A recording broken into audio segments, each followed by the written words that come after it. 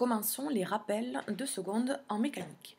L'année dernière, vous êtes censé avoir vu deux chapitres de mécanique, un premier chapitre sur comment décrire un mouvement et un deuxième chapitre qui parlait des actions mécaniques et du principe d'inertie.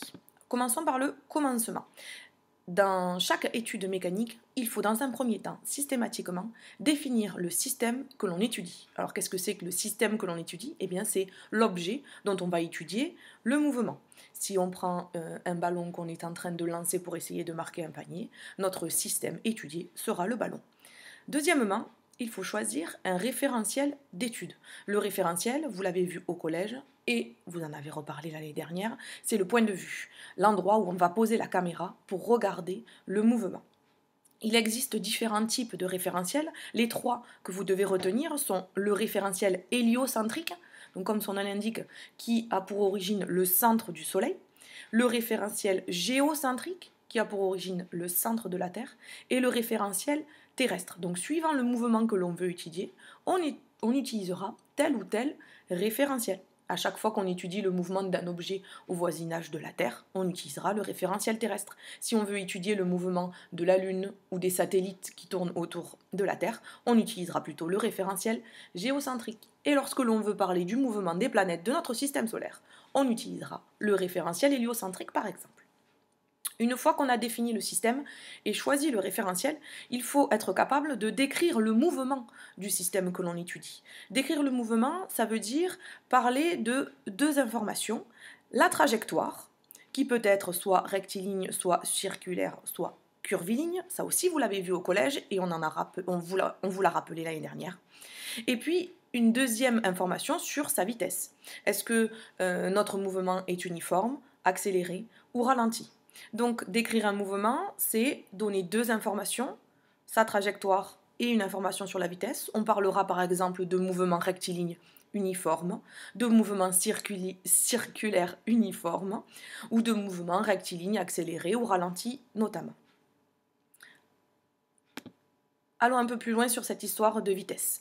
On parle de mouvement uniforme lorsque la vitesse reste constante. On parle de mouvement accéléré lorsque la vitesse augmente et on parle de mouvement ralenti lorsque la vitesse diminue. Mais qu'en est-il de cette fameuse vitesse? L'année dernière, on a défini la vitesse comme un vecteur qui correspond à la position de notre système entre deux points divisé par un laps de temps, le temps qui s'est écoulé pour que le système parcourt la distance entre ces deux points. Ce vecteur vitesse, il va avoir, comme tous les vecteurs, trois caractéristiques. Une direction, un sens et une valeur. La direction du vecteur vitesse est toujours tangente à la trajectoire. Le sens du vecteur vitesse va être dans le sens du mouvement. Quant à sa valeur, eh bien, on peut la calculer de différentes façons. On reverra dans les TP notamment comment on fait pour calculer la vitesse en un point, donc plutôt la vitesse instantanée. Et puis, vous avez en dessous un peu plus d'informations là concernant la vitesse en elle-même, si on considère que c'est un vecteur avec deux coordonnées, une coordonnée sur x et une coordonnée sur y. Il faudra faire distance sur x, racine carrée de distance sur x au carré, plus distance sur y au carré divisé par le temps. Ça, c'est pour être très performant. Cette année, on va parler du vecteur variation de vitesse. Donc, comme son nom l'indique, la variation de vitesse, c'est la différence de vitesse entre deux points de notre système. Et bien, cette variation de vitesse, elle prendra compte de l'accélération de notre système. C'est ce que nous allons faire dans ce chapitre 5.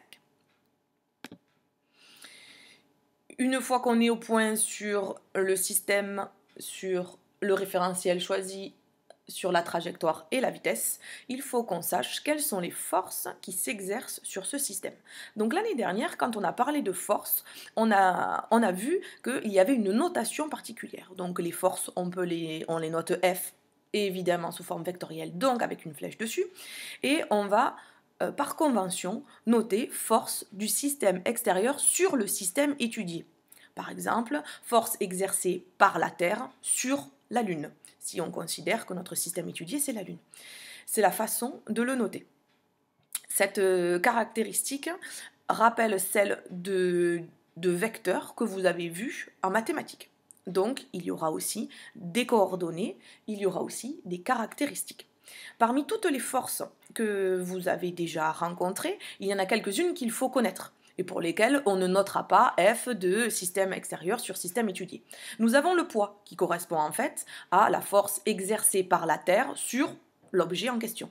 La force de gravitation qui, elle, correspond à la force qui s'exerce entre deux objets de masse distants, séparés par une distance d. On reviendra dessus juste après.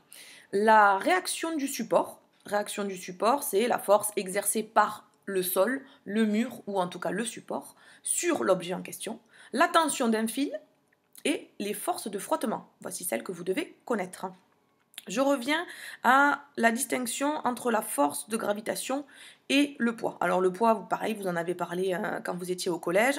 Le poids P se calcule de la façon suivante. On multiplie la masse en kilogrammes par l'intensité de la pesanteur, en newton par kilogramme, et on obtient bien une force, le poids, en newton. La force de gravitation, elle, s'exerce entre deux objets de masse A et B.